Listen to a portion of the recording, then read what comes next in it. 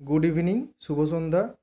আমরা সবাই আশা করি লকডাউন সিচুয়েশনে ঘরের মধ্যেই সুস্থভাবে আছি, কেউ কোথাও বাইরে বেরোচ্ছি না। কিন্তু চলো আমরা ঘরের মধ্যে থেকেও নিজেদের পড়াশোনাকে একটু ঝালিয়ে নিই। আমি অনিকেত মুখার্জি, অবর বিদ্যালয় পরিদর্শক, আমতা পূর্বচক্র। আজকের বিষয় নিয়ে আলোচনা করার বিষয় হলো জীবনবিজ্ঞানের ক্লাস 8-এর জীবদেহের গঠন যে অংশটি আছে তার মধ্যে কোষের বৈচিত্র্য। তো চলো আমরা দেখে নিই। আজকে আমরা কোষের বৈচিত্র্য অর্থাৎ কোষের আকার আকৃতি সম্বন্ধে একটু জেনে নেব। আচ্ছা, তোমরা নিশ্চয়ই জানো তোমাদের চোখের সামনে যে সমস্ত পদার্থ দেখতে পাওয়া যায়, জড় পদার্থ বা সজীব পদার্থ, তার এই ধরনের আকার আকৃতি সম্বন্ধে তোমাদের নিশ্চয়ই ধারণা আছে। আমরা অঙ্কেও এগুলো শিখেছি। এইটা কী আকার? আমরা সবাই জানি এটা গোলাকার। আমরা তো ডিম নিশ্চয়ই বাড়িতে খাই, তো ডিম অর্থাৎ সেটাও ডিম্বাকার। আকাশে তারা দেখতে পাই, সেইটা অর্থাৎ তারাকৃতি বা স্টার শেপেড। জন্মদিন বা বিভিন্ন কাজে এইটা ব্যবহার করা হয়। শঙ্কু আকৃতির বা কোন শেপেড। বাড়ির পাইপ, জলের পাইপ যে সমস্ত আছে সেগুলোর মতো আকৃতির অর্থাৎ দণ্ডাকার। এছাড়া এরকম বহুভুজাকার বা আয়তাকার অনেক জিনিস আমরা দেখতে পাই, আমাদের পড়ার বইও আয়তাকার। তো এইগুলো তো আমাদের চোখের সামনে দেখতে পাওয়া বিভিন্ন জড় পদার্থ। আমাদের যে সজীব পদার্থ যে সমস্ত দেখতে পাওয়া যায় তার মধ্যেও যে কোষের কোষ বা কোষ থাকে তারও আকার আকৃতি এরকমই হয়। তো সেগুলো সম্বন্ধে আমরা বিস্তারিত জেনে নেব। দেখো, আমরা তো এর আগের দিন জানতে পেরেছি যে এককোষী বা বহুকোষী জীব থাকে। তো এককোষী যে সমস্ত জীব থাকে তাদের মধ্যে এই যে প্যারামেসিয়াম বা অ্যামিবা, ব্যাকটেরিয়া, ইস্ট, এগুলোর এক একটার এক এক ধরনের আকার। প্যারামেসিয়ামটা দেখে বোঝা যাচ্ছে নিশ্চয়ই। প্যারামেসিয়ামটা হচ্ছে পায়ের চটির মতো। এছাড়া অ্যামিবা, এটার একটা মজার জিনিস, অ্যামিবার নির্দিষ্ট কোনো আকার থাকে না, যখন যেরকম প্রয়োজন হয়, এটা আমরা পরে আরও ভালো করে দেখে নেব, তখন সেই রকম আকৃতি তারা ধারণ করে।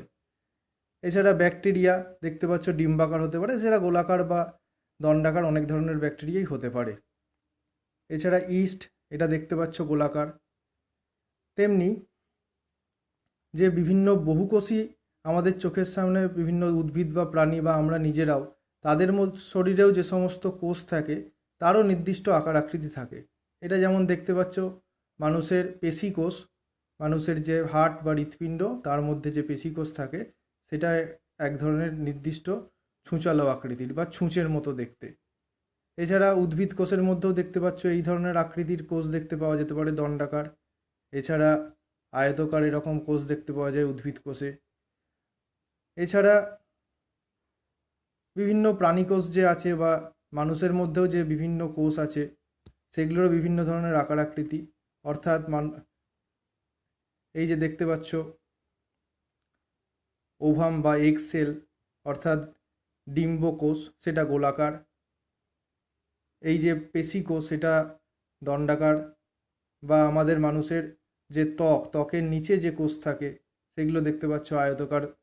এছাড়া নিউরনের একটা নির্দিষ্ট নিউরন বা স্নায়ুকোষ, তারও একটা নির্দিষ্ট আকৃতি আছে।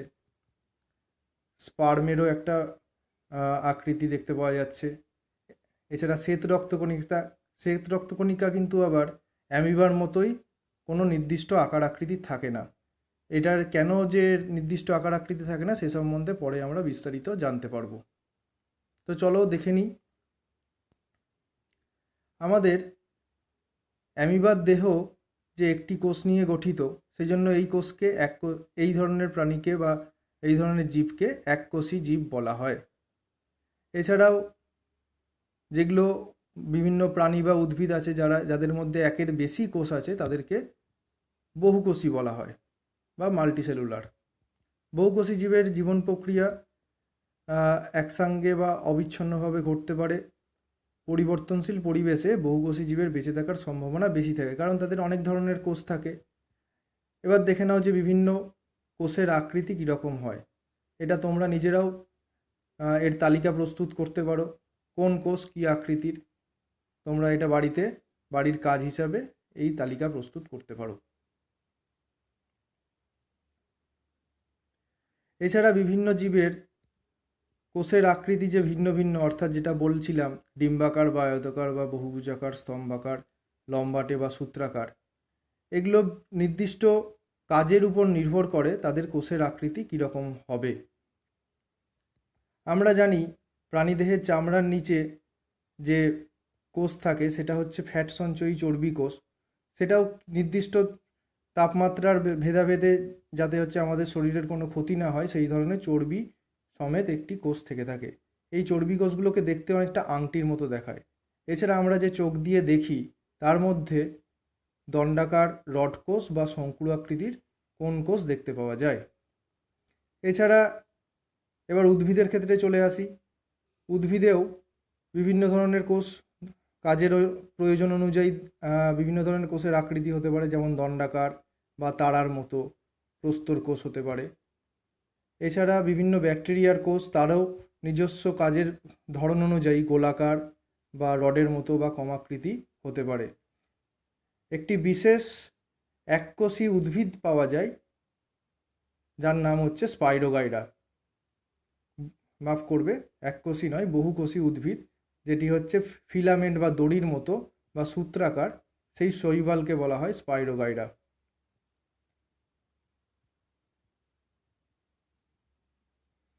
এবার দেখা যাক যেটা বলা হচ্ছিল যে অ্যামিবার নির্দিষ্ট কোনো আকৃতি কেন থাকে না।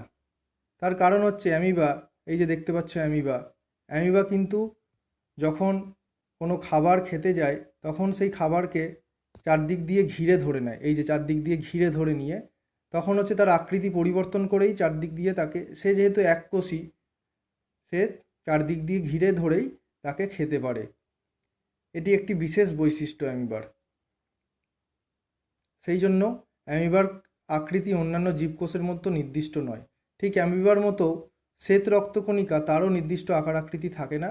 সেও শরীরের মধ্যে বিভিন্ন যখন অন্যান্য অপ্রয়োজনীয় জিনিস আমাদের শরীরে চলে আসে তখন তাকে খাওয়ার জন্য নিজের আকার পরিবর্তন করে সেটাকে খেয়ে নেয়। সেই জন্য এরা একটি স্বাধীন কোষ হিসাবে জীবদেহের মধ্যে থাকে। এছাড়া শ্বেত রক্তকণিকার মতো রক্তের মধ্যে আরেকটিও রক্তকণিকা থাকে, সেটা হচ্ছে লোহিত রক্তকণিকা, যার আকার কিন্তু এরম গোলাকার, আবার এরম ধরনের আকারও হতে পারে, যার দুপাশ চ্যাপ্টা। চলো আমরা এবার দেখে নিই অ্যামিবা কীভাবে চলাচল করে বা খাদ্য গ্রহণ পদ্ধতি অ্যামিবার কীরকম। আসো আমরা দেখে নিই এই বিষয়টা।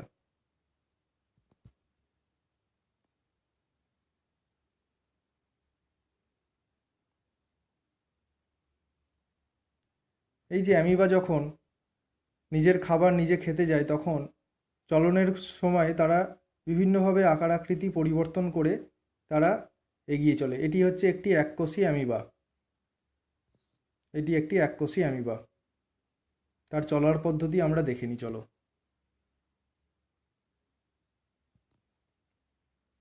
এরপরে অ্যামিবা কী করে বিভিন্ন জিনিসকে খেয়ে নেয় সেটা আমরা দেখে নেব। এই যে অ্যামিবার সামনে একটি খাবার চলে এসেছিল, এটি একটি প্যারামেসিয়ামকে দেখানো হচ্ছে। সেই প্যারামেসিয়ামটি কীভাবে অ্যামিবা খেয়ে নিচ্ছে সেটাই এখানে দেখানো হচ্ছে। দেখো অ্যামিবা পুরোপুরি প্যারামেসিয়ামটাকে ঘিরে ধরেছে এবং খেয়ে নিচ্ছে।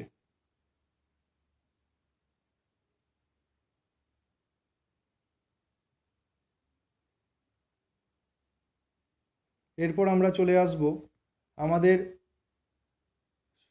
শ্বেত রক্তকণিকা কীভাবে খেয়ে নেয় বিভিন্ন অ্যান্টিজেনকে।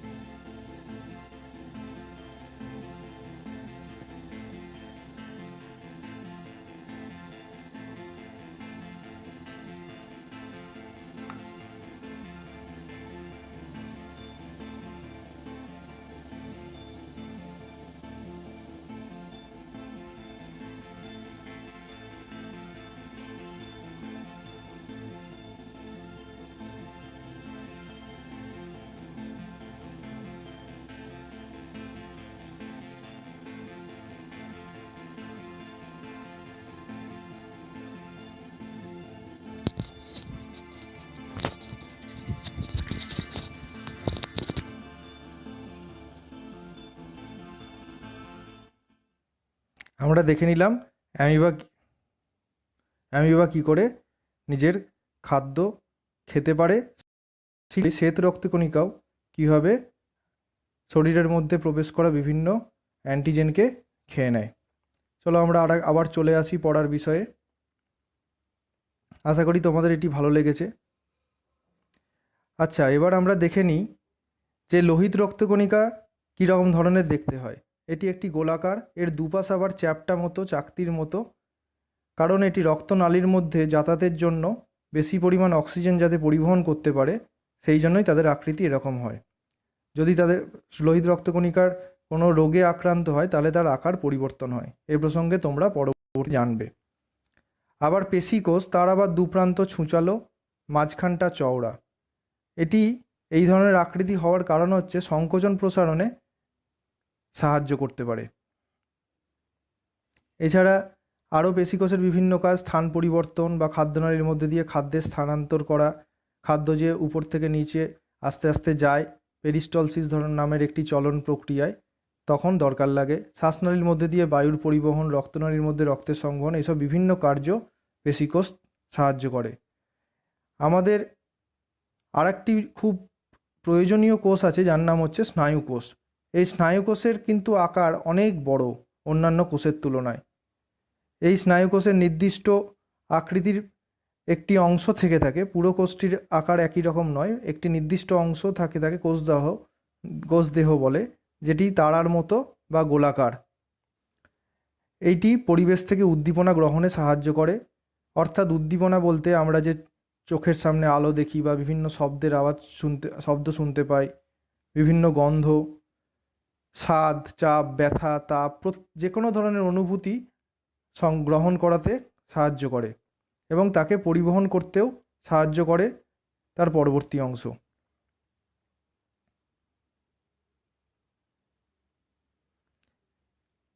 তো আমরা দেখে নিই বিভিন্ন ধরনের কোষের আকৃতি। যেটি বলা হচ্ছিল প্রস্তর কোষ, তার মধ্যে কীরকম ধরনের তার আকৃতি হয়। স্পাইরোগাইরা, তার আকৃতির আরও ভালো করে তোমাদেরকে দেখানো হচ্ছে। এই দেখো, লোহিত রক্তকণিকা কীরমভাবে রক্তের গাত্রের মধ্যে দিয়ে যাতায়াত করে। এই যে লোহিত রক্তকণিকা, দেখতে পাচ্ছ। স্নায়ুকোষকেও দেখানো হয়েছে এখানে। এটা হচ্ছে আমাদের ত্বকের কোষ, তার আকৃতি কীরকম হয় সেটাও এখানে দেখানো হয়েছে। এছাড়া বিভিন্ন ধরনের যে পেশিকোষ থাকে তারও আকার আকৃতি সম্বন্ধে দেখানো হয়েছে। আমাদের চোখের যে রেটিনা, চোখের মধ্যে যে রেটিনার কোষ থাকে, এই যে রড কোষ ও কোন কোষ, তারও আকার আকৃতি সম্বন্ধে তোমাদেরকে এখানে দেখানো হয়েছে।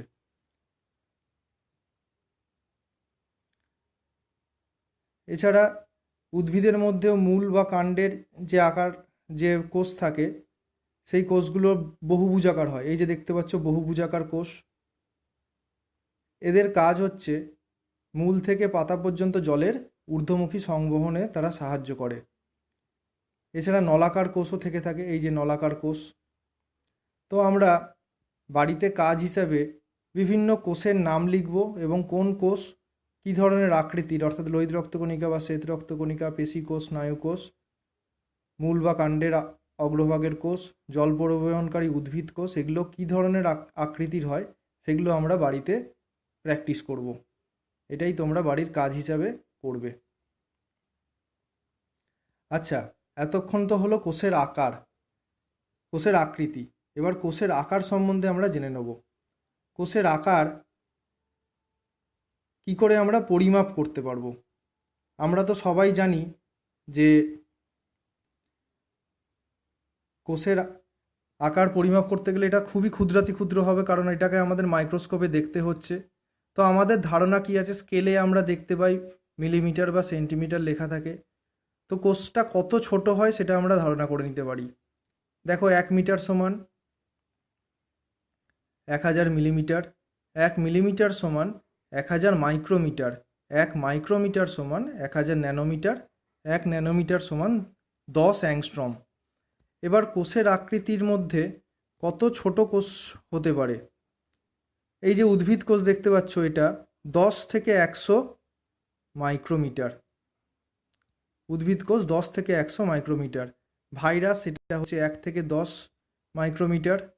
ব্যাকটেরিয়া 10 থেকে 100 মাইক্রোমিটার। প্রাণীকোষও এরকম 10 মাইক্রোমিটারের হতে পারে। তো কত ছোট সেটারই আমরা একটু ধারণা করতে পারা যেতে পারে। এই যে দেখো, একটি মানুষ তার থেকে কত ছোট একটি কোষের আকৃতি হতে পারে সেটা তোমাদের ধারণা দেওয়া হয়েছে।